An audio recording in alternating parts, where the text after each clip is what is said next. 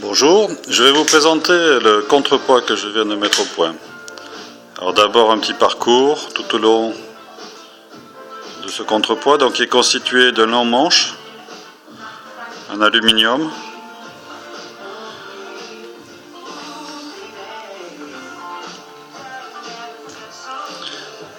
qui a la particularité d'être extensible. Alors là il est en position rabattue pour l'instant. Et aux deux extrémités, eh bien, nous retrouvons les poulies. Ici, dans le petit seau figuré avec un plomb, ben, ça sera le poids du contrepoids.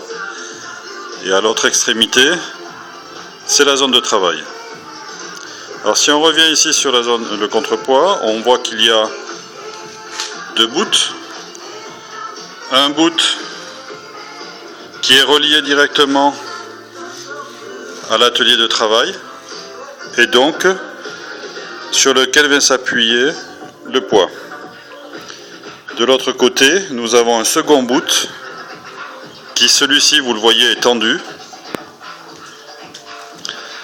et qui rejoint l'autre côté et vient se fixer ici à un frein, à un lock.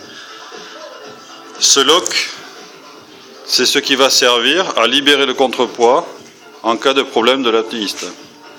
Alors l'avantage, c'est que du coup on est le long tout près de l'atelier de travail. On peut sentir la vibration de l'apnéiste quand il descend et le frottement du mousqueton sur le bout. On n'a pas à courir de l'autre côté.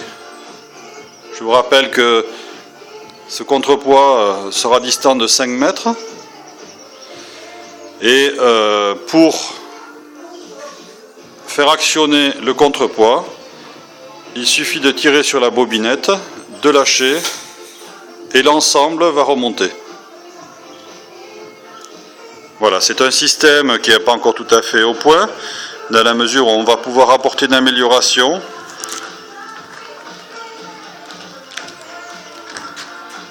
En disposant à l'extrémité un mousqueton largable en charge. Alors ce mousqueton largable en charge, il va être ici, vous le voyez là, ce qui fait que le bout de contrôle du contrepoids va être totalement libre. Il va servir à dégager le mousqueton de largage en charge et de laisser tomber le contrepoids.